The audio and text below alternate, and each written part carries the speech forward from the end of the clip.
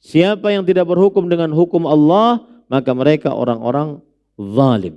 Siapa yang tidak berhukum dengan hukum Allah, maka mereka orang-orang fasik. Bagaimana menggabungkan ini? Yang satu dihukumi kafir, yang satu dihukumi zalim, yang satu dihukumi apa? Fasik.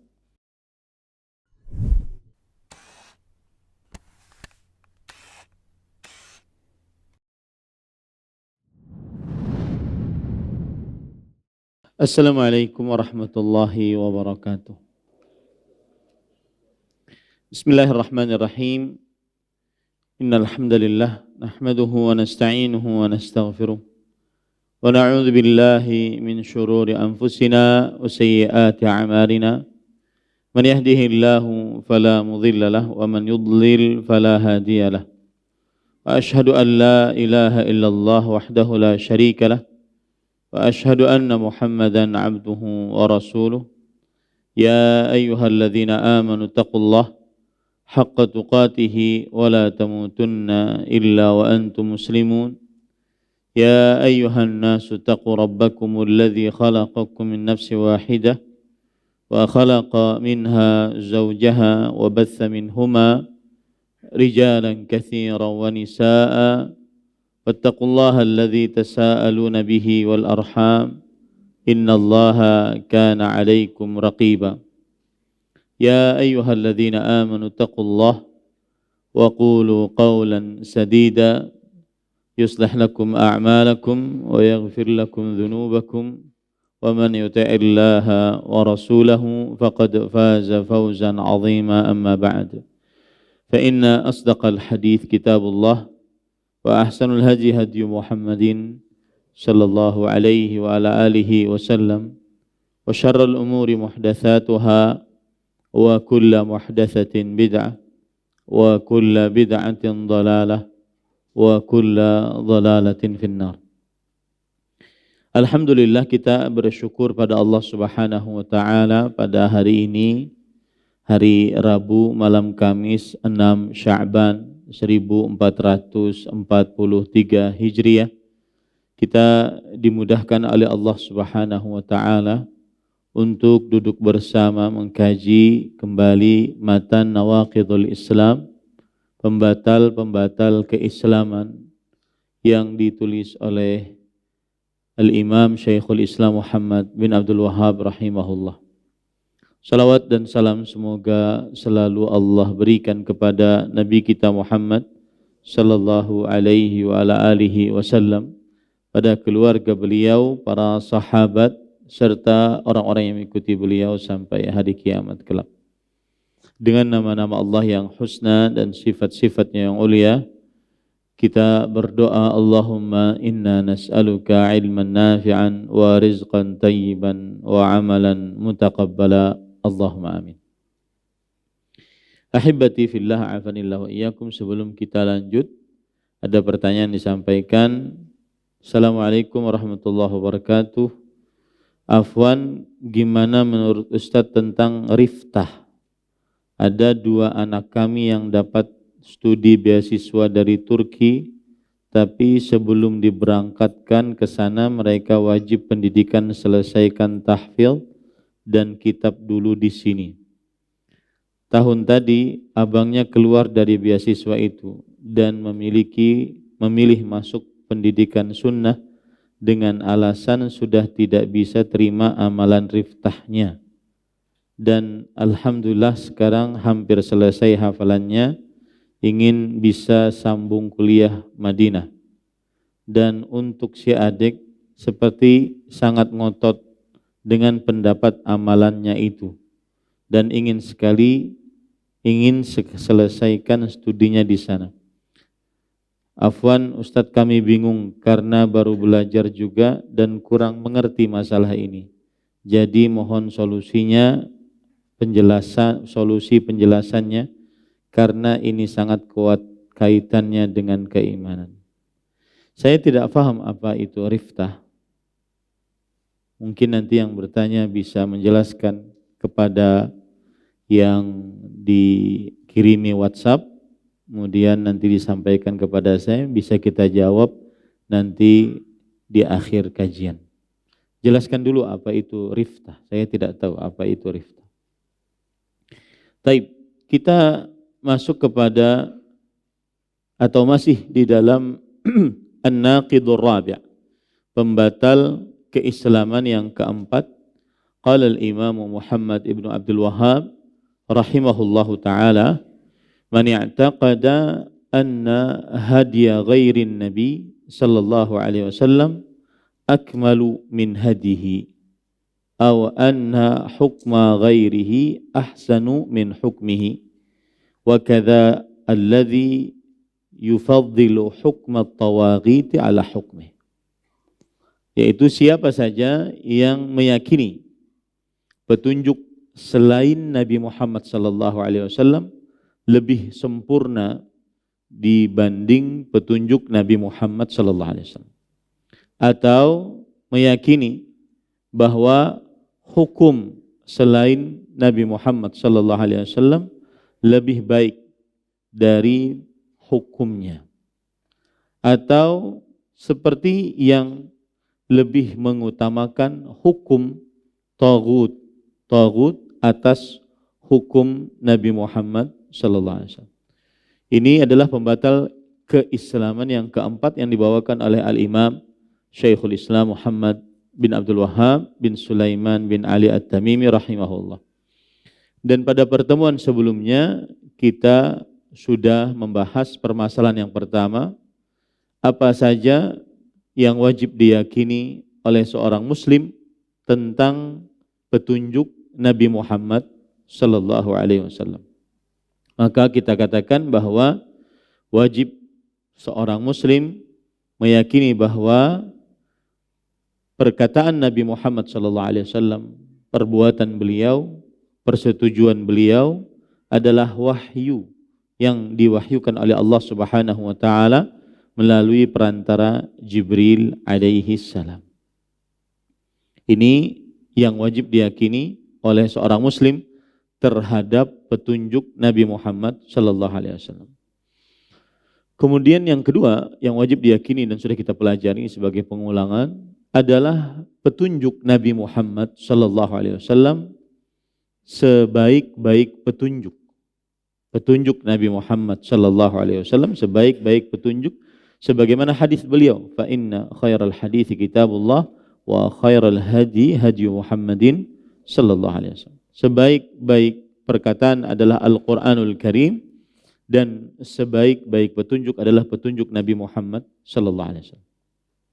Yang ketiga yang wajib diyakini oleh seorang muslim terhadap petunjuk Nabi Muhammad sallallahu alaihi wasallam adalah bahwa petunjuk Nabi Muhammad sallallahu alaihi wasallam menghapus seluruh syariat sebelum ini. Petunjuk Nabi Muhammad sallallahu alaihi wasallam menghapus syariat sebelum petunjuk Nabi Muhammad sallallahu alaihi wasallam. Yang keempat, petunjuk Nabi Muhammad sallallahu alaihi wasallam adalah yang paling cocok dan paling baik dan paling mudah untuk diikuti sampai akhir zaman. Inilah yang kita pelajari pada permasalahan yang pertama. Kemudian permasalahan yang kedua yaitu siapa yang meyakini bahwa petunjuk selain Nabi Muhammad SAW lebih sempurna dari petunjuk Nabi Muhammad SAW, maka sungguh dia telah kafir. Hal ini berdasarkan dua sebab. Yang pertama adalah mendustakan apa yang disebutkan oleh Allah dalam Al-Quran dan oleh Rasulullah Sallallahu Alaihi Wasallam. Karena Allah Subhanahu Wa Taala menyebutkan bahwa Al-Quran yang merupakan petunjuk yang dibawa oleh Nabi Muhammad Sallallahu Alaihi Wasallam adalah yahdi lillati hiya aqwam, memberi petunjuk kepada yang paling lurus, Maka siapa yang meyakini ada petunjuk lebih sempurna dari petunjuk Nabi Muhammad sallallahu alaihi wasallam, lebih lurus dari petunjuk Nabi Muhammad sallallahu alaihi wasallam, maka dia sudah mendustakan Al-Qur'an surat Al-Isra ayat 9. Kemudian yang kedua adalah siapa yang meyakini bahwa petunjuk selain Nabi Muhammad sallallahu alaihi wasallam lebih sempurna dibandingkan petunjuk Nabi Muhammad sallallahu alaihi wasallam, maka berarti dia telah merendahkan Allah Subhanahu wa taala. Dia telah merendahkan, melecehkan Allah Subhanahu wa taala. Karena tidak ada hukum yang lebih sempurna dibandingkan hukum Allah Subhanahu wa taala sebagaimana disebutkan di dalam surah Al-Maidah ayat 50. Itu permasalahan kedua yang sudah kita bahas. Permasalahan yang ketiga yang sudah kita bahas juga adalah berhukum dengan apa yang diturunkan oleh Allah Subhanahu wa taala. Permasalahan yang ketiga adalah berhukum dengan apa yang diturunkan oleh Allah Subhanahu wa taala. Maka wajib bagi kaum muslimin, siapapun dia, pemerintahnya, rakyatnya, untuk berhukum dengan apa yang diturunkan oleh Allah Subhanahu wa taala kepada Rasulullah sallallahu alaihi wasallam. Wajib itu hukumnya. Dalilnya surah Al-Maidah ayat 49, anihkum bima anzalallah, berhukumlah dengan apa yang diturunkan oleh Allah Subhanahu wa taala. Kemudian juga surah An-Nisa ayat 59, fa in tanaza'tum fi syai'in farudduhu ila Allahi war Rasul. In kuntum tu'minuna billahi wal yawmil akhir. Jika kalian berselisih di dalam sesuatu, maka kembalikanlah perselisihan tersebut, perkara tersebut kepada Allah dan Rasulnya. Maksudnya kepada hukum Allah dan Rasulnya. Jika kalian benar-benar beriman kepada Allah dan hari akhir. Kemudian yang kedua adalah wajib menerima hukum Allah dengan sebenar-benar penerimaan. Tidak ada rasa berat di dalam menjalankan hukum Allah Subhanahu wa taala. Dan ini saya ingin mengingatkan. Ada timbul di tengah masyarakat sekarang sebuah fenomena. Fenomena ini timbul adalah karena sebuah framing yang kurang bagus dari setiap orang, dari sebagian orang. Bahwa hidup itu yang penting tidak berbuat zalim kepada orang lain. Oke, baik, sangat baik. Dan itu ajaran Islam. Hidup yang penting tidak berbuat zalim kepada orang lain. Tapi jangan lupa, juga tidak berbuat zalim kepada Allah Subhanahu wa taala. Juga tidak berbuat zalim kepada Allah Subhanahu wa taala. Saya beri contoh. Ada seorang laki-laki, seorang perempuan, kemudian berpacaran, lalu hamil. Maka mereka katakan, kami tidak menzalimi orang lain. Kami rela, atas rela, tidak menzalimi orang lain. Saya merugikan Anda? Tidak, sudah. Diam saja. Saya tidak merugikan Anda. Saya tidak ngambil uang Anda. Saya tidak mukul Anda. Adapun urusan kami berzina, urusan kami punya anak di luar nikah, itu adalah urusan kami dengan Allah SWT. Ini salah. Ini keliru. Urusan kita dengan Allah Subhanahu wa taala lebih didahulukan dibandingkan urusan kita dengan makhluk-makhluk Allah Subhanahu wa taala. Ini cara berpikir hidup seperti ini akibat karena yang penting tidak menzalimi orang lain. Dan ini adalah pemikiran-pemikiran orang orientalis. Pemikiran-pemikiran orang sekularis. Yang dia hanya memikirkan bagaimana saya bisa berhubungan dengan manusia dengan baik. Tapi urusan dia dengan Allah itu urusan saya. Kemudian ketika ada yang menasihati, maka dia marah. Ada apa Anda dengan urusan saya? Nah, kita katakan saya pendakwah. Saya berhak untuk menasihati Anda sesama muslim. Kalau seandainya dibiarkan perzinahan dengan asas yang seperti ini, maka akan terjadi kehancuran di tengah masyarakat. Coba bayangkan kalau seandainya seseorang tidak boleh untuk beramar ma'ruf nahi mungkar dengan alasan seperti ini. Saya tidak merugikan Anda. Lalu kenapa ribut dengan urusan hidup saya? Maka saya nasihatkan bahwasanya kita hidup sebagai makhluk Allah itu lebih didahulukan. Bukankah Allah Subhanahu wa taala memerintahkan kita untuk menjadi hambanya, beribadah kepadanya? Ya ayyuhan nas u'budu rabbakumul ladzi khalaqakum. Wahai manusia, beribadahlah kalian kepada Tuhan kalian yang telah menciptakan kalian. Ibadah kepada Allah Subhanahu wa taala dulu yang diperhatikan sebelum kita berhubungan dengan makhluk-makhluk Allah Subhanahu wa taala. Maka hati-hati, cara berpikir seperti ini ada sering di tengah masyarakat. Yang penting saya tidak merugikan orang lain. Mau saya mabok, mau saya berjudi, mau saya berzina, mau saya. Akhirnya hilanglah itu amar ma'ruf nahi mungkar. Nah, ini keliru fatal. Dan akhirnya sebagian kaum muslimin pun juga bersikap seperti itu. Ah sudahlah biar aja, itu urusannya.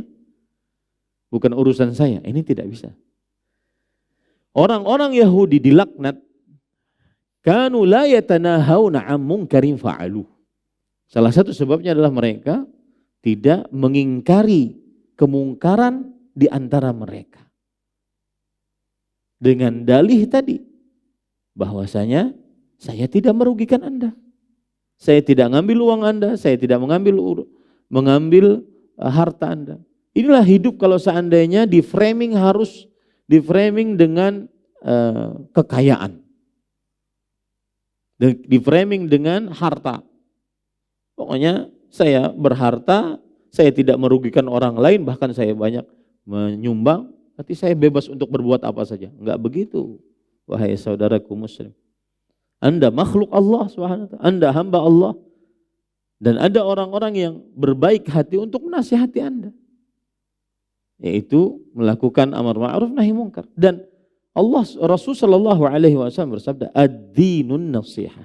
Inti agama adalah memberi nasihat. Kalau tidak ada yang memberi nasihat, hancur kaum muslimin. Kalau seandainya ada sekelompok orang yang khusus berbuat maksiat, di sekitarnya orang-orang saleh tidak melakukan amar ma'ruf nahi mungkar, maka yushiku an ya'ummahumullahu bi'adzab. Hampir saja Allah Subhanahu wa taala mengumumkan siksa kepada mereka. Kepada yang khas dan yang am, kepada yang khusus yang berbuat maksiat dan kepada yang umum. Yang saleh yang diam saja. Bahkan para ikhwan yang dirahmati oleh Allah Subhanahu wa taala, orang yang beramar ma'ruf nahi mungkar ini lebih utama yang duduk di atas sejadah. Ya, dan ini hati-hati, hidup yang seperti ini hati-hati. Yang penting aku kada tahu urusan orang kok. Salah ini. Salah. Keliru. Bagi orang yang sudah ngaji keliru ini. Aku kada tahu urusan orang. La. Aqimil ma'ruf wanha 'anil munkar. Enggak, kerjakan amar ma'ruf nahi munkar.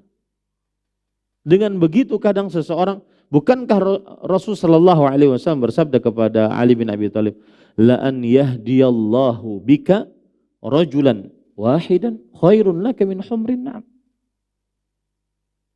Sungguh Allah Subhanahu wa taala memberi petunjuk kepada seseorang melalui engkau wahai Ali bin Abi Thalib, lebih baik daripada engkau mendapatkan harta yang paling berharga dimiliki oleh orang Arab, onta merah.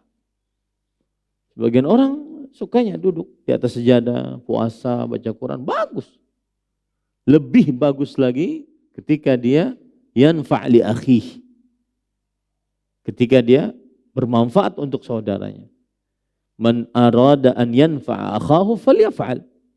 Barang siapa yang menginginkan bermanfaat untuk saudaranya, lakukanlah. Dengan begitu akan ada semacam ghirah untuk agama, semacam semangat untuk berdakwah. Ya, ini para ikhwan yang dirahmati oleh Allah. Maka dalam permasalahan yang ketiga ini, berhukum kepada hukum Allah Subhanahu wa taala, maka seorang muslim wajib menerima hukum Allah. Yang kedua, tidak merasa berat atasnya. Tidak boleh merasa berat. Dan kalau merasa berat, dinasihati.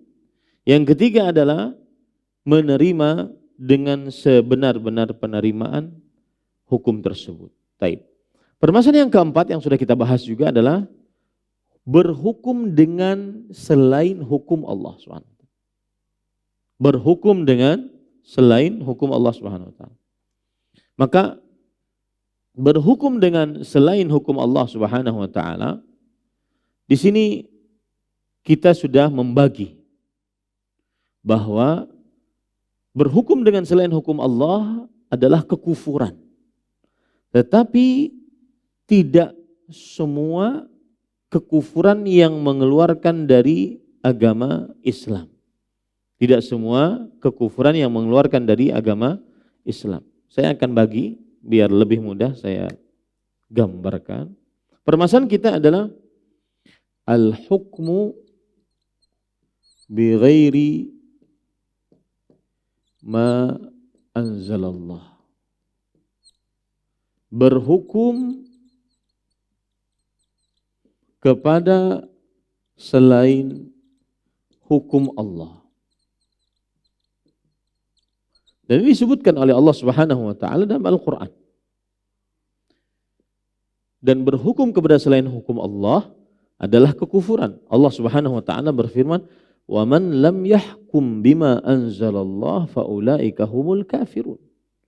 Dan siapa saja yang tidak berhukum dengan hukum Allah, maka mereka adalah orang-orang kafir. Tetapi kekufuran di sini dibagi menjadi dua. Ada namanya kekufuran i'tiqadi. Kufrun i'tiqadi. Kufur keyakinan. Dan kufur keyakinan ini mengeluarkan dari Islam. Mengeluarkan dari Islam. Bagaimana kekufuran keyakinan yang berkaitan dengan berhukum dengan selain hukum Allah? Yaitu yang pertama, apabila meyakini, lihat ya, keyakinan, karena dia berkaitan dengan keyakinan. Meyakini bahwa hukum selain hukum Allah adalah dia ingkaru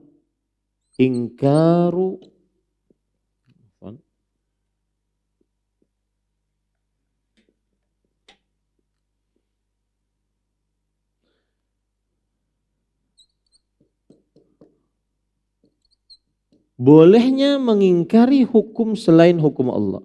Bolehnya mengingkari hukum Allah. Boleh mengingkari hukum Allah. Seperti Allah mengharamkan kesyirikan, pembunuhan, perzinahan, riba, maka dia katakan boleh kesyirikan, kekufuran, perzinahan, pembunuhan, dan riba. Boleh, kata dia, mengingkari hukum Allah. Maka ini kafir, i'tiqadi, mengeluarkan dari Islam. Kalau ada yang meyakini riba halal, dia mengingkari keharaman riba, maka pada saat itu masuk kepada kufrun i'tiqadi, kufur keyakinan yang mengeluarkan dari Islam. Yang kedua adalah al-hukmu bi ghairi ma anzalallah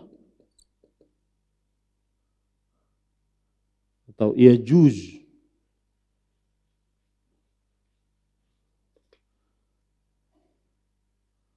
al-hukm bi ghairi ma anzalallah ahsan. Hukum selain Allah, selain hukum Allah lebih baik. Siapa yang meyakini ada hukum selain hukum Allah lebih baik daripada hukum Allah, maka ini kafir. I'tiqadi. Mukhrijun minal millah, keluar dari agama Islam. Seperti ada yang meyakini bahwa hukum Al-Quran dan hadis lebih baik, hukum undang-undang lebih baik daripada hukum Al-Quran dan hadis. Hukum buatan manusia lebih baik daripada Al-Quran dan hadis. Ini kufur i'tiqadi. Ini kekufuran keyakinan. Keluar dari agama Islam. Ya. Yang ketiga, al-hukum bi ghairi ma anzalallah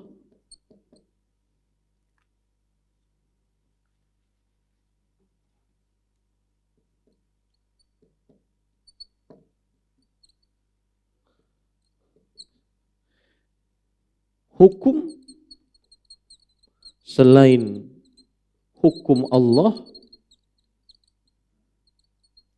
sama dengan hukum Allah. Hukum undang-undang sama dengan hukum Al-Quran dan hadis. Dia mengatakan sejajar, sama rata. Ini kufur i'tiqadi. Ini kufur i'tiqadi. Ya. Yang pertama mengingkari hukum Allah, yang kedua lebih baik hukum selain hukum Allah lebih baik, yang ketiga hukum selain hukum Allah sama dengan hukum Allah. Yang keempat, ini saya hapus saja, mengingkari hukum Allah. Yang keempat, al-hukum bi ghairi ma anzalallah yajuz. Hukum selain hukum Allah boleh dilakukan. Dia meyakini boleh berhukum kepada selain hukum Allah. Sedangkan Allah mengatakan wa man lam yahkum bima anzalallah fa ulaika humul kafirun. Ini yang keempat. Yang pertama mengingkari, yang kedua lebih baik, yang ketiga sama, yang keempat boleh. Menyatakan bahwasanya hukum selain hukum Allah, dia ingkari hukum selain hukum Allah. Dia ingkari hukum Allah. Yang kedua, dia menyatakan hukum selain hukum Allah lebih baik daripada hukum Allah. Yang ketiga, hukum selain hukum Allah sama. Yang keempat, hukum selain hukum Allah boleh dikerjakan. Ini kekufuran i'tiqadi.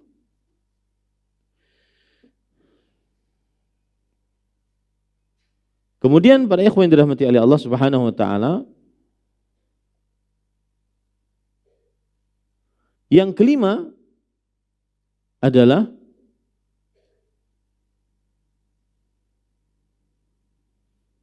lebih baik sudah, kemudian sama sudah. Yang keempat, boleh berhukum dengan hukum Allah. Yang kelima adalah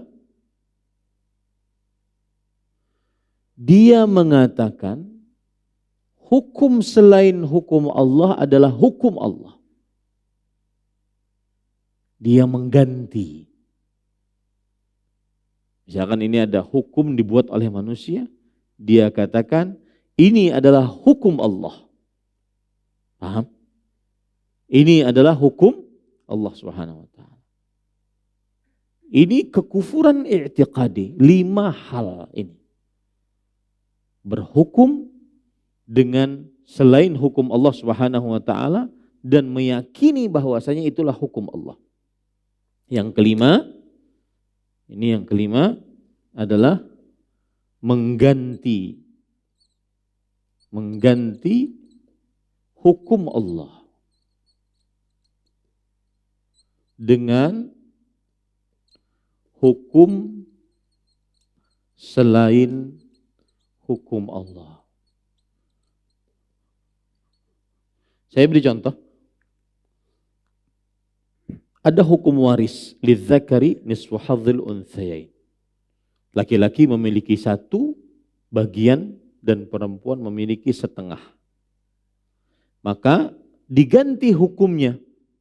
Karena sekarang perempuan juga bekerja, Perempuan juga memerlukan keperluan, laki-laki satu, perempuan satu bagian, sama. Mereka ganti hukum ini dengan hukum ini. Ini kekufuran i'tiqadi. Dan inilah 5 dari berhukum kepada selain hukum Allah yang merupakan kekufuran i'tiqadi. Yang pertama, jika meyakini mengingkari hukum Allah, mengingkari hukum syirik, mengingkari hukum zina, mengingkari hukum potong tangan, mengingkari hukum mengingkari. Yang kedua adalah mengatakan hukum selain hukum Allah lebih baik. Yang ketiga, meyakini hukum selain hukum Allah sama dengan hukum Allah. Yang keempat, hukum selain hukum Allah boleh dilakukan. Yang kelima, hukum Allah dengan hukum selain hukum Allah diganti. Hukum Allah diganti dengan hukum selain hukum Allah Subhanahu wa taala. Kemudian kekufuran yang kedua, kufur amali. Sini. Kufur amali. Kufur perbuatan. Nah, kufur perbuatan ini tidak mengeluarkan dari Islam. Kufur perbuatan ini tidak mengeluarkan dari Islam. Pada pertemuan sebelumnya kita sudah bahas kufur perbuatan.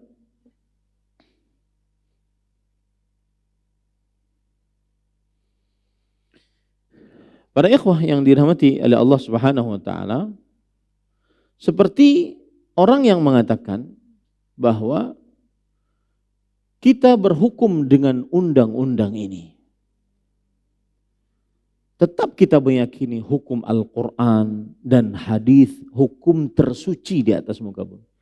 Cuma kita berhukum dengan undang-undang ini karena sudah ketetapan kita, sudah atau ada desakan politik atau kepentingan duniawi dan seterusnya. Maka ini kufur amali. Tidak mengeluarkan dari agama Islam. Cuma dosa besar. Cuma melakukan dosa besar. Dan inilah yang dimaksud pada ayat Al-Quran, وَمَنْ لَمْ يَحْكُمْ بِمَا أَنْزَلَ اللَّهُ فَأُولَٰئِكَ هُمُ الظَّالِمُونَ وَمَنْ لَمْ يَحْكُمْ بِمَا أَنْزَلَ اللَّهُ فَأُولَٰئِكَ هُمُ الْفَاسِقُونَ. Al-Maidah ayat 45, Al-Maidah ayat 47.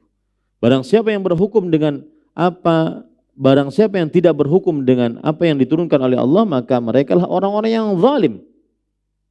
Barang siapa yang tidak berhukum dengan apa yang diturunkan oleh Allah, maka merekalah orang-orang yang fasik. Ini kufur amali maksudnya. Berhukum misalkan, saya beri contoh, orang berzina, dituduh selingkuh. Selingkuh, laki-laki dan perempuan sudah menikah dua-duanya. Punya suami sah, punya istri sah. Lalu mereka berselingkuh, berzina. Ketahuan oleh suami sah, ketahuan oleh istri sah. Diadukan ke polisi. Lalu dimasukkan ke pengadilan atas tuduhan selingkuh. Kalau dalam hukum Islam, apa yang harus dilakukan? Jika terbukti, jangan langsung dirajam pian nih, benar rajam orang. Jika terbukti di pengadilan bahwasanya dia berzina dan dia sudah menikah, maka wajib dirajam sampai mati. Hukum rajam diganti dengan penjara, dengan denda. Ini bukankah berhukum dengan hukum selain hukum Allah? Ya, berhukum dengan selain hukum Allah, betul? Betul. Apakah dia kufur i'tiqadi atau kufur amali? Tergantung. Dan saya yakin masih kufur amali di sini, di negara ini. Mereka tidak mungkin mengatakan bahwasanya kita mengingkari hukum rajam, nggak mungkin. Nggak boleh seorang muslim mengingkari hukum Allah. Atau kita mengingkari, atau kita menyatakan hukum buatan kita lebih baik daripada hukum Al-Quran dan hadis. Nggak mungkin. Saya tidak yakin pemimpin kita seperti itu. Tidak ada yang begitu. Atau sama hukum buatan kita sama dengan hukum Allah, hukum Al-Quran dan hadis. Enggak. Atau mereka membolehkan. Mereka melakukan, lalu kenapa Ustaz? Melakukan bukan tanda membolehkan. Ingat, melakukan bukan tanda membolehkan. Melakukan karena mungkin keterpaksaan keadaan politik, keadaan sosial, keterdesakan dengan keadaan dan seterusnya.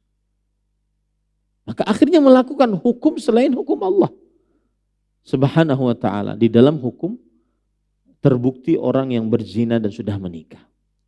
Maka ini masuk kufur amali yang tidak mengeluarkan dari agama Islam. Baik. Sekarang pada ikhwan yang dirahmati oleh Allah. Permasalahan itu habis tadi. Permasalahan yang keempat. Permasalahan yang kelima sekarang. Di dalam ayat Al-Quran, surat Al-Ma'idah ayat 44, 45, 47. Ada ayatnya, wa man lam yahkum, mohon dihapus, wa man lam yahkum bima anzalallah faulaika humul kafirun, wa man lam yahkum bima anzalallah faulaika humul zalimun, wa man lam yahkum bima anzalallah faulaika humul fasiqun. 3 ayat. Siapa yang tidak berhukum dengan hukum Allah, maka mereka orang kafir.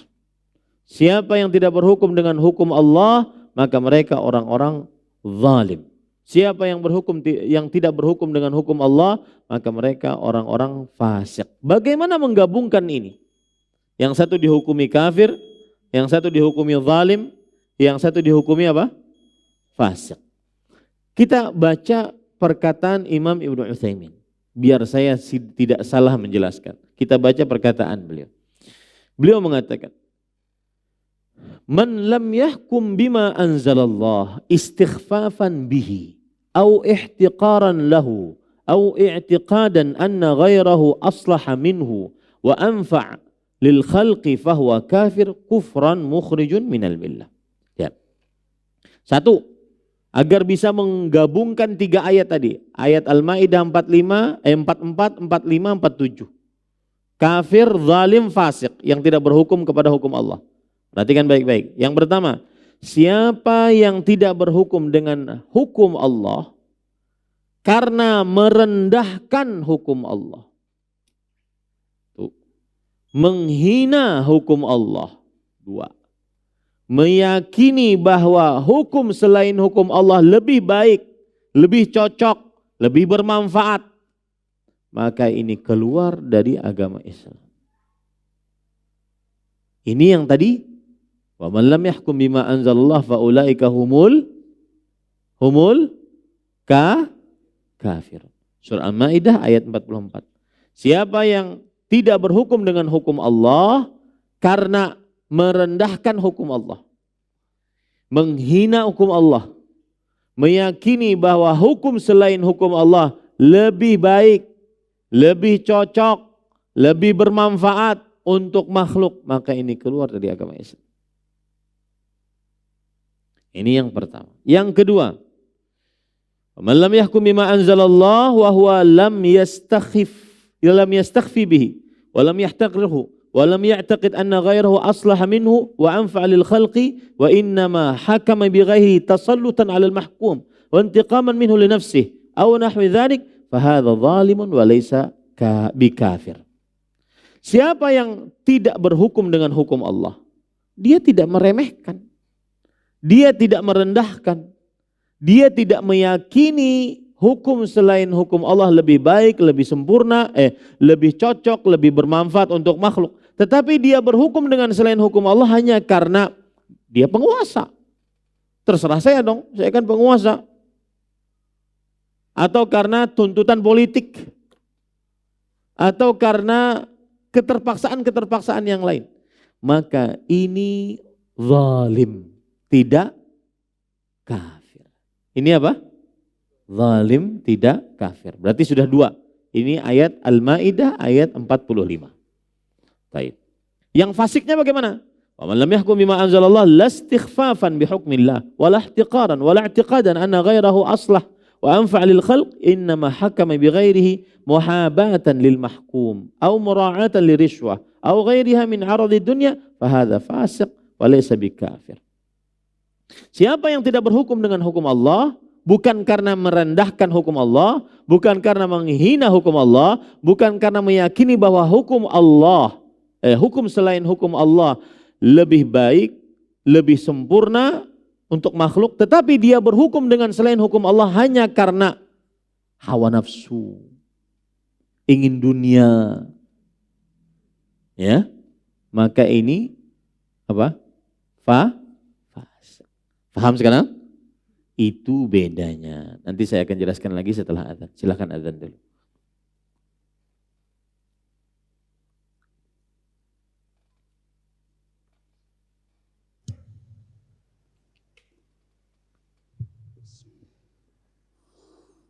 Allahu Akbar, Allahu Akbar. Allahu Akbar, Allahu Akbar. Ashhadu an la ilaha illallah.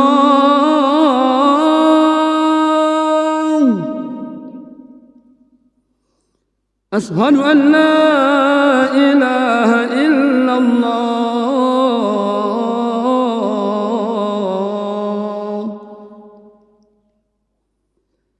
أشهد أن محمدًا رسول الله.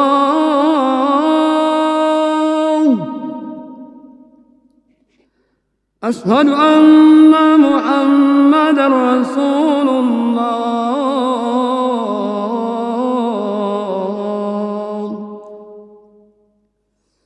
حي على الصلاة.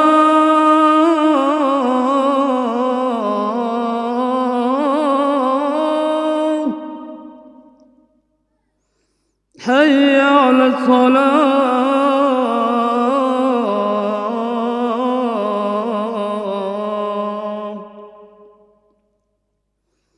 حي على الفلاح.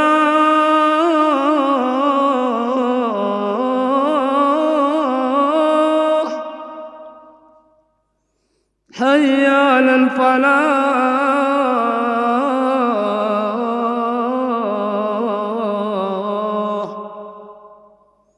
الله أكبر، الله أكبر.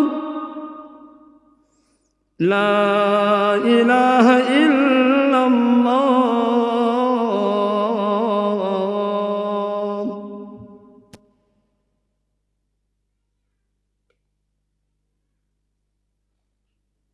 Baik, saya tulis sekarang. Kita tadi belajar surat apa?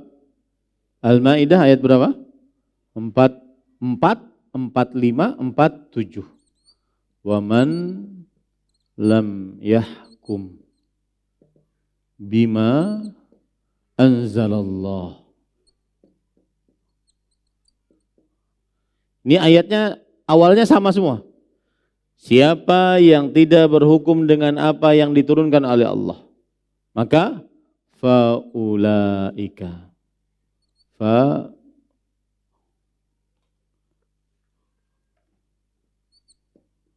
ulaika humul kafirun. Yang pertama kafir. Mereka lah orang-orang yang kafir.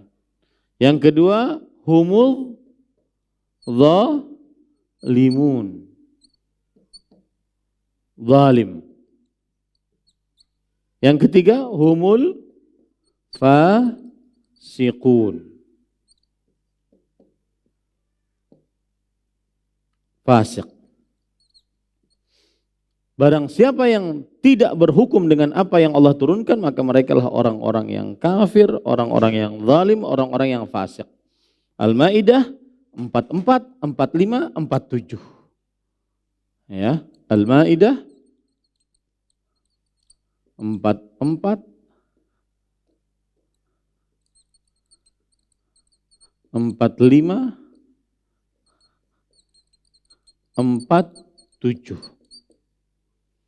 Maka kita tadi sudah katakan, kapan orang yang tidak berhukum dengan apa yang Allah turunkan dia kafir? Kalau kata Imam Ibnu Utsaimin rahimahullah, dia merendahkan hukum Allah. Dia menghina hukum Allah.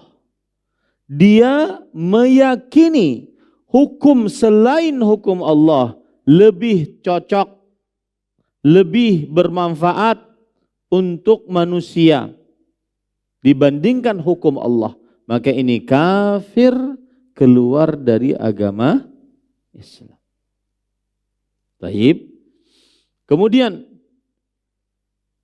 ada yang kedua, dia berhukum dengan selain hukum Allah, tapi dia tidak merendahkan hukum Allah. Dia tidak merendahkan hukum Allah, dia tidak menghina hukum Allah, dia tidak meyakini bahwa hukum selain hukum Allah lebih cocok, lebih bermanfaat untuk manusia. Tetapi dia berhukum dengan selain hukum Allah karena tuntutan politik. Karena dia adalah penguasa. Karena dia menganggap dia adalah penguasa. Dia berhak untuk melakukan apa saja. Maka ini zalim. Tidak sampai kufur. Yang ketiga, kapan dia fasik? Yang tidak berhukum dengan hukum Allah, dia tidak merendahkan hukum Allah, dia tidak menghina hukum Allah, dia tidak menganggap hukum selain hukum Allah lebih baik, lebih bermanfaat untuk manusia. Tetapi dia berhukum dengan selain hukum Allah karena dunia, karena hawa nafsu. Maka ini yang fasik. Jadi kalau bisa kita runut, ini karena politik, ya, karena desakan partai misalkan, kelompok, maka ini zalim. Kapan fasik? Karena dunia dan atau hawa nafsu. Nah, ini penjelasan dari Imam Ibnu Utsaimin rahimahullah. Begitu cara memahami ayat itu. Nah, sekarang yang terjadi adalah tidak yang pertama. Yang terjadi tidak yang pertama. Yaitu berhukum dengan selain hukum Allah bukan karena menghina Al-Quran dan hadis. Bukan karena merendahkan Al-Quran dan hadis. Bukan karena menganggap hukum Al-Quran dan hadis kurang cocok. Bukan karena menganggap undang-undang lebih bermanfaat dibandingkan Al-Quran dan hadis. Tidak. Tetapi mereka melakukannya karena keadaan politik, situasi, dan seterusnya. Maka masuk kepada kezaliman. Atau masuk karena ingin harta, hawa nafsu, masuk kepada kefasikan. Nah, ini yang kadang-kadang sebagian orang-orang yang berpikiran mengkafirkan kaum muslimin, termasuk di dalamnya dari pemerintah sampai rakyatnya, salahnya dalam perkara ini. Kelirunya dalam perkara ini. Mereka seakan-akan mereka berpikirnya adalah siapa yang tidak berhukum dengan hukum Allah pokoknya kafir. Padahal Allah menyebutkan ada tiga tingkatan. Kafir, zalim, fasik. Dan itu tidak Allah tidak menyebutkan sia-sia. Pasti ada maksudnya. Yang pertama kekufuran, kezaliman, kefasikan, pasti ada maksudnya. Maka jangan dipukul rata. Nah, apalagi ada kasus begini. Coba, di sebuah negara ada bank ribawi. Apa pendapat antum? apakah mereka menghalalkan riba?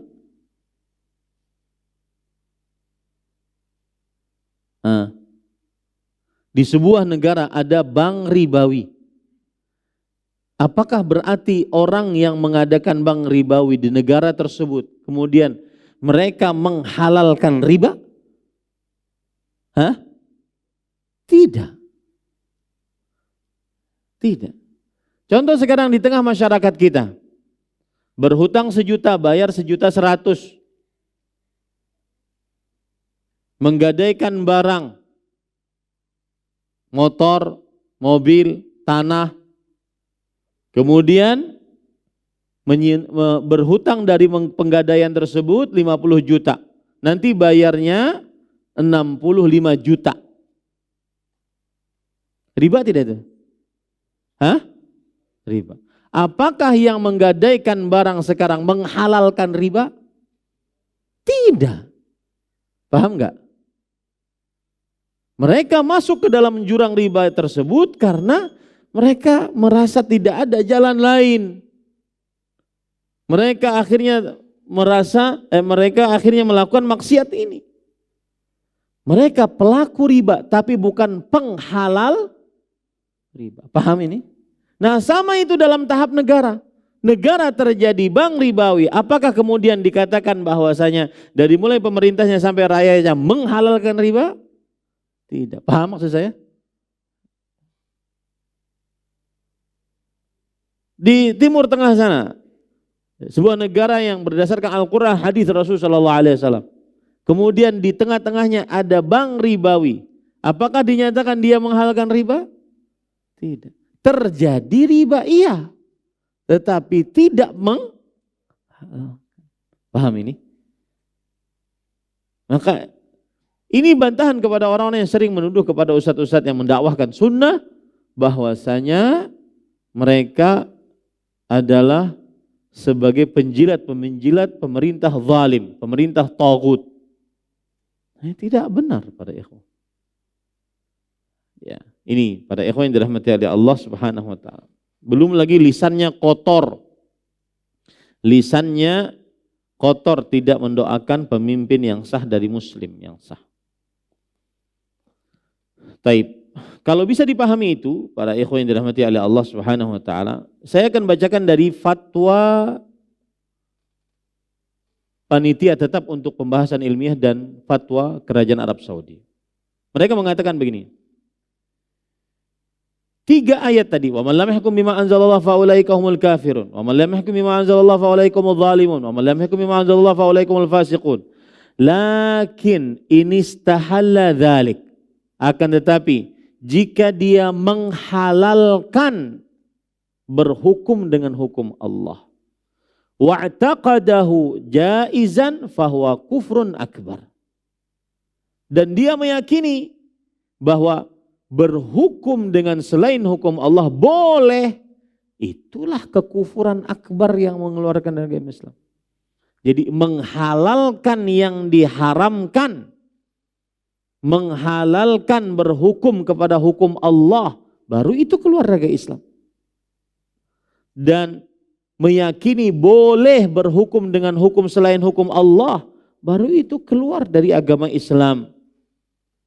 Amma in fa'ala dzalika min ajli rishwah aw maqsadin akhar wa huwa ya'taqidu tahrimu dzalik fa innahu athim yu'tabaru kafiran kufran asghar.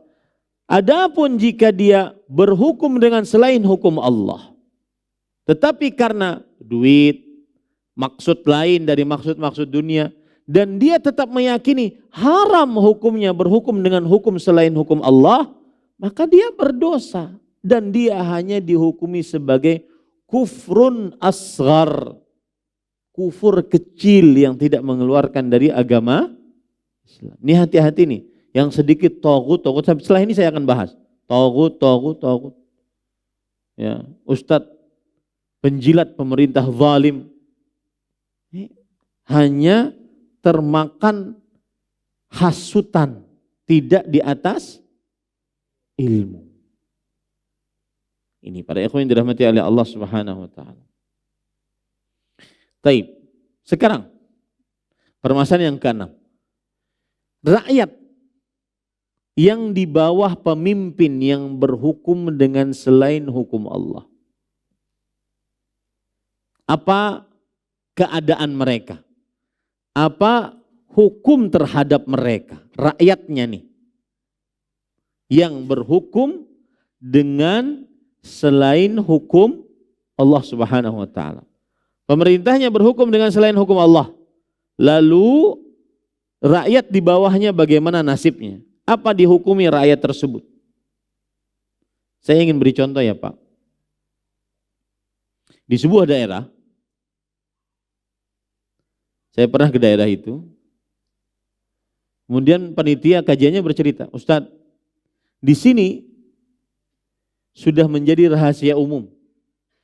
Kadang-kadang ada wanita-wanita muslimah. Mungkin dia tidak memakai jilbab, tapi dia muslimah. Kemudian dijamret. Penjamretnya jenggotan, celana di atas 2 mata kaki. Banyak kan? Jenggotan, jambret. Dan dia menganggap itu adalah ibadah. Kenapa? Karena harta yang dipakai oleh si muslimah ini, mereka anggap itu adalah harta fai, harta upeti. Kenapa? Karena ini wanita muslimah sudah kafir. Kenapa kafirah?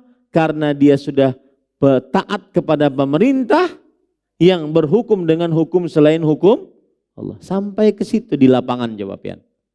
Bahaya loh. Mun di pasar hanyar dijambreti beratan. Gara-gara pemikiran takfiri ini. Bahaya ini. Paham ya ini para ikhwah. Jadi ini pengajian malah memahamkan kaum muslimin agar jangan pemikiran pengkafiran terhadap kaum muslimin dengan mudah-mudahnya. Ya, apalagi pengkafirannya secara menyerata. Jadi model kayak MLM. Pemerintahnya kafir, rakyat yang setuju dengan kekufuran kafir. Ya. Jadi mereka tidak merasa berdosa ketika jamret emas orang di tengah jalan. Ini bahayanya para ikhwah. Ya. Maka kita harus dudukkan permasalahan ini baik-baik. Taib. Para ikhwah yang dirahmati oleh Allah Subhanahu wa taala. Apa keadaan rakyat yang di bawah pemerintah yang berhukum dengan hukum selain hukum Allah? Apakah kufur juga atau tidak? Paham permasalahannya? Baik. Kita akan bacakan perkataan Syekhul Islam Ibnu Taimiyah rahimahullah, disebutkan dalam kitab Majmu' Fatawa, juz ke-7 halaman 70. Beliau mengatakan, ketika beliau mengomentari surat At-Taubah ayat 31. Ittakhadhu ahbarahum wa ruhbanahum arbaba min dunillah wal masih ibn Maryam wa ma umiru illa liya'budu ilah wahida la ilaha illa huwa subhanahu amma yusyrikun. Kaum Yahudi dan Nasrani menjadikan ahbar itu para ulama. Wa ruhban itu ahli ibadah. Menjadikan ahbar para ulama dan ahli ibadah mereka sebagai Tuhan sekutu selain Allah. Nah, pertanyaannya sekarang, bagaimana kaum Yahudi dan Nasrani menjadikan ulama dan ahli ibadah sebagai Tuhan sekutu bagi selain Allah Subhanahu wa taala? Ya. Caranya adalah mereka para ulama dan para ahli ibadah ini menghalalkan apa yang Allah haramkan. Lalu umatnya mengikuti ulamanya dan ahli ibadahnya dalam penghalalan apa yang Allah haramkan. Contoh babi dan khamr diharamkan oleh Allah, dihalalkan oleh para ulama dan para ahli ibadah kaum Yahudi dan Nasrani mereka. Lalu umatnya mengikuti. Nah, itu namanya menjadikan ulama dan ahli ibadah sebagai apa? Tuhan selain Allah. Paham ini? Meskipun mereka tidak sujud kepada ulama tersebut, meskipun mereka tidak sholat kepada ulama tersebut, tapi mereka ikut taat dalam penghalalan apa yang Allah haramkan. Atau sebaliknya, pengharaman apa yang Allah halalkan. Onta halal mereka haramkan. Onta halal mereka haramkan. Maka ketika umatnya mengikuti ulamanya dan ahli ibadahnya, itu namanya menjadikan ulama dan ahli ibadah sebagai Tuhan sekutu selain Allah. Paham ini para ikhwah? Nah, Syekhul Islam Ibnu Taimiyah rahimahullah menjelaskan ayat ini. Kata beliau, haula'il ladzina takhadhu ahbarahum wa ruhbanahum arbaba min dunillah haitsu ata'uhum fi tahlili ma harramallah wa tahrimi ma ahallallah yakununa ala wajhain. Mereka orang-orang yang menjadikan ahli ibadah dan ahli ulama mereka sebagai Tuhan selain Allah adalah saat mereka mentaati umatnya, mentaati ulama dan ahli ibadah dalam perihal penghalalan apa yang Allah haramkan, pengharaman apa yang Allah halalkan. Ini ada dua sisi kata beliau. Yang pertama, an ya'lamu annahum baddalu dinallah. Umatnya ini, rakyatnya ini mengetahui bahwa para ulamanya, para pemimpinnya, para ahli ibadahnya mengganti agama Allah. Mereka tahu, umatnya tahu. Fayattabi'unahum ala hadha tabdil. Tapi meskipun tahu, ikut juga. Ikut. Fayataqiduna tahlila ma harramallah. Umatnya meyakini penghalalan apa yang Allah haramkan. Wa tahrima ma ahallallah ittiba'an li ru'asaihim. Dan meyakini pengharaman apa yang Allah halalkan karena mengikuti pemimpin-pemimpin mereka. Ya. Ma'a ilmihim annahum khalafur rusul. Padahal mereka mengetahui bahwa mereka ini sedang menyelisihi Rasul. Fahadha kufrun. Maka ini kekufuran. Nah, sama nih dalam beberapa sekte keislaman ada yang berpendapat begini. Ikamlah kada sampai ma'rifat kecuali harus jadi orang gila. Betelanjang tengah jalan. Hanya sampai ma'rifat. Ujar si murid, subhanallah. Ujar si guru, subhanallah kami itu syirik. Bingung loh Bian. Nah, kayak itu dulu tuh belajar tak? Ya. Karena bagi mereka subhanallah itu bukan karena ingin mensucikan Allah tetapi ingin mensucikan diri sendiri. Disitulah letak kesyirikannya. Ini bingung, ajarannya itu bingung. Ya, tidak akan sampai derajat ma'rifat sampai ke menyuntan. Jika si muridnya taat, menyuntan gara-gara gurunya, apa yang terjadi pada muridnya? Meyakini penghalalan apa yang Allah haramkan. Terjadilah seperti itu. Paham ini para ikhwah? Nah, ini keadaan rakyat yang pertama. Kalau seandainya pemerintahnya berhukum kepada selain hukum Allah dan rakyatnya meyakini, mengetahui memang dan meyakini bahwa memang boleh menghalalkan apa yang Allah haramkan, mengharamkan apa yang Allah halalkan boleh saja. Maka ini ikut-ikutan kufur. Ini sisi yang pertama. Sisi yang kedua, an yakuna i'tiqaduhum wa imanuhum bitahrimil halal wa tahlilil haram thabitan lakinnahum ata'uhum fi ma'siyatillah. Mereka mengikuti ulama, ahli ibadah mereka dalam menghalalkan yang Allah haramkan, mengharamkan apa yang Allah halalkan. Tahu mereka, tapi ikut juga. Kenapa?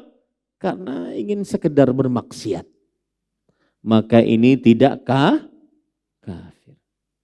Hanya ikut aja, umpat kambing tumbur. Ikut umpat kambing tumbur enggak. Ya. Maka ini adalah kezaliman atau kefasikan. Nah, terakhir permasalahan yang ketujuh. Siapa itu taghut? Karena tadi di dalam pembatal keislaman yang keempat disebutkan kalladzina yufaddiluna hukmat tawaghit. Seperti orang-orang yang mengutamakan, mendahulukan hukum-hukum para taghut. Siapa itu taghut? At-taghut mushtaqun minat tughyan. Taghut diambil dari kata at-tughyan. At-tughyan artinya adalah mujawazatul had, melampaui batas. Itu namanya tughyan. Dan diambil dari tughyan dan diambil kata taghut dari tughyan. Berarti taghut secara bahasa pelampauan batas. Secara istilah syariat, penafsiran yang paling jami' mani' komprehensif adalah disebutkan oleh Imam Ibnu Qayyim Al-Jauziyah rahimahullah. Sebagaimana disebutkan di dalam kitab sebagaimana disebutkan oleh Imam Ibnu Qayyim rahimahullah. Beliau mengatakan, "Ma tajawaza bihil 'abdu haddahu min matbu'in au ma'budin au muta'in." Lihat. Apa saja. Taghut adalah apa saja yang seorang hamba melampaui batas. Baik berupa yang diikuti atau yang diibadahi atau yang ditaati. 3 poin. Apa saja yang seorang hamba melampaui batasnya. Baik dalam perihal yang diikuti, yang diibadahi, yang ditaati. Itulah taghut. Saya beri contoh. Yang diikuti seperti tukang sihir, tukang ramal, ulama-ulama su, ulama-ulama buruk, du'at ala abwabi jahannam, para pendakwah di depan neraka-neraka jahannam. Maka ini adalah taghut. Karena melampaui batas dalam hal pengikutan. Pengikutan yang tidak benar. Seperti tukang sihir, tukang dukun, tukang ramal, ulama-ulama buruk, pendakwah-pendakwah yang mengajak kepada neraka jahanam. Yang kedua, yang diibadahi. Melampaui batas dalam perihal yang diibadahi.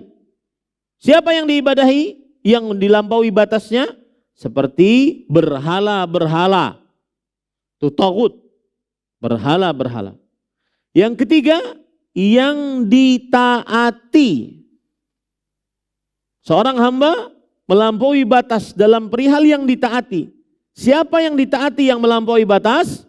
Yaitu para pemimpin yang memerintahkan kepada bermaksiat kepada Allah Subhanahu wa taala.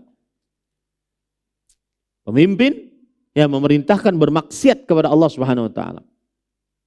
Pemimpin memerintahkan untuk mengerjakan yang haram, meninggalkan yang wajib. Jika ditaati, maka pemimpin ini disebut apa? Taghut. Itulah pengertian taghut. Ya, ini para ikhwan yang dirahmati oleh Allah Subhanahu wa taala. Saya ulangi sekali lagi, taghut adalah segala sesuatu yang seorang hamba melampaui batas. Baik itu melampaui batas dalam perihal pengikutan yang diikuti, atau peribadatan yang diibadahi, atau yang ditaati. Yang diikuti diantaranya contohnya adalah tukang sihir, dukun, tukang ramal, ulama-ulama yang buruk, pendakwah-pendakwah yang mengajak kepada jalan kesesatan. Yang kedua, yaitu yang diibadahi, melampaui batas dalam perihal peribadatan, seperti berhala-berhala. Termasuk berhala orang-orang mati yang diibadahi, yang berdoa, orang-orang berdoa kepada orang mati tersebut, orang-orang bertawakal kepada orang mati tersebut, orang-orang minta pertolongan, minta perlindungan kepada orang mati tersebut. Tagut itu. Yang ketiga adalah para pemimpin yang memerintahkan kepada maksiat, lalu ditaati oleh rakyatnya. Ini tagut. Syekhul Islam Muhammad bin Abdul Wahhab rahimahullah ta'ala mengatakan di dalam kitab beliau Al-Usul As-Salasah, wat-tawaghitu katsiratun wa ru'usuhum khamsatun. Dan tagut banyak. Pemimpinnya ada 5. Iblis la'anahullah. Yang pertama iblis, Allah melaknatnya. Yang kedua, wa man ubida wa huwa radin. Yang diibadahi dan dia rela untuk diibadahi. Yang diibadahi dan dia rela untuk diibadahi. Maka saya berpesan dari hati yang paling dalam, siapapun Anda yang diagungkan oleh pengikut Anda, yang kira-kira kalau Anda meninggal orang-orang akan mengagungkan Anda, maka contohlah Rasulullah sallallahu alaihi wasallam. Ketika beliau sebelum meninggal, beliau berdoa, Allahumma la taj'al qabri wathanan. Ya Allah, jangan jadikan kuburanku sebagai berhala. Orang beribadah kepada berhala tersebut, berdoa kepada berhala tersebut.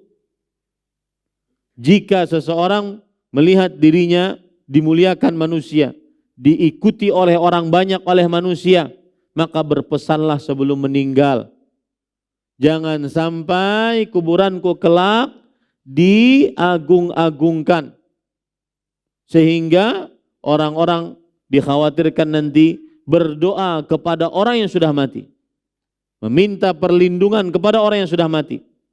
Karena kalau seandainya tidak dilakukan seperti itu, dikhawatirkan dia rela diibadahi. Paham maksud saya? Ini yang kedua, dia rela diibadahi. Yang ketiga, wa man da'an nasa ila ibadati nafsihi, yang mengajak manusia agar beribadah kepada dirinya. Sebagaimana siapa? Firaun. Ana rabbukumul a'la, kata Firaun. Aku Tuhan kalian yang paling tinggi. Ma alimtu lakum min ilahin ghairi. Aku tidak mengenal ada Tuhan selainku, kata Firaun. Yang keempat, wa man idda'a syai'an min ilmil ghaib. Siapa yang mengaku mengetahui akan ilmu gaib, ini taghut. Apapun statusnya di masyarakat, yang meramal ikam tahun kena naik haji, ya, yang meramal tanggal ini si fulan si fulana cocok untuk menikah, meramal, ini taghut. Yang kelima, wa man hakama bi ghairi ma anzalallah, yang berhukum dengan selain apa yang diturunkan oleh Allah Subhanahu wa ta'ala. Maka siapa yang lebih mendahulukan hukum para taghut dibandingkan hukum Allah dan taghut-taghut tadi itu yang saya sebutkan, maka dia adalah keluar dari Islam, pembatal keislaman. Nah, ini para ikhwan yang dirahmati oleh Allah Subhanahu wa ta'ala. Semoga yang disampaikan bermanfaat. Ada tadi?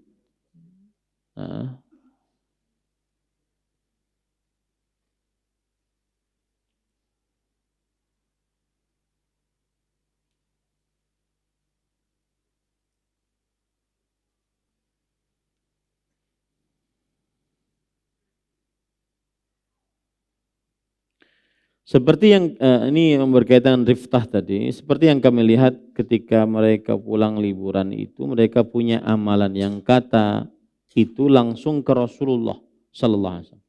Dia menunduk dengan bacaan dalam hati, katanya amalan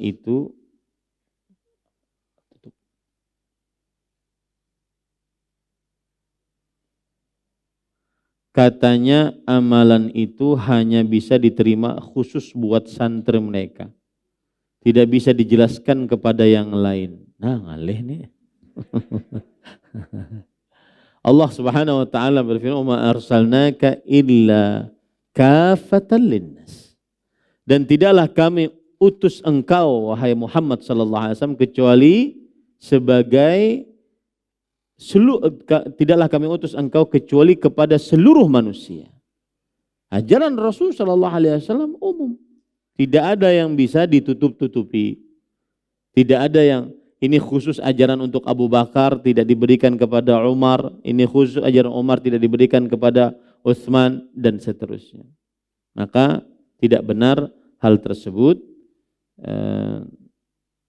dan beramalah sesuai dengan petunjuk Rasul sallallahu alaihi wasallam karena petunjuk Rasul sallallahu alaihi wasallam adalah sebaik-baik petunjuk. Taib. Insyaallah taala pada pekan depan kita akan masuk kepada pembatal keislaman yang kelima, yaitu barang siapa yang membenci syariat Rasulullah sallallahu alaihi wasallam, maka dia kafir. Siapa yang membenci, dan sungguh di zaman sekarang sangat banyak dengan berbagai macam retorika, padahal bentuknya kebencian kepada syariat Rasulullah sallallahu alaihi wasallam. Ini yang kita sampaikan. Subhanakallah bihamdik asyhadu an la ilaha illa anta astaghfiruka wa atubu ilaik. Sallallahu nabiyana Muhammad walhamdulillahirabbil alamin. Wassalamualaikum warahmatullahi wabarakatuh. Terima kasih. Jazakumullah khairan wa barakallahu fikum. Video ini dibuat atas partisipasi dari donasi Anda. Semoga menjadi amal jariah bagi Anda semuanya.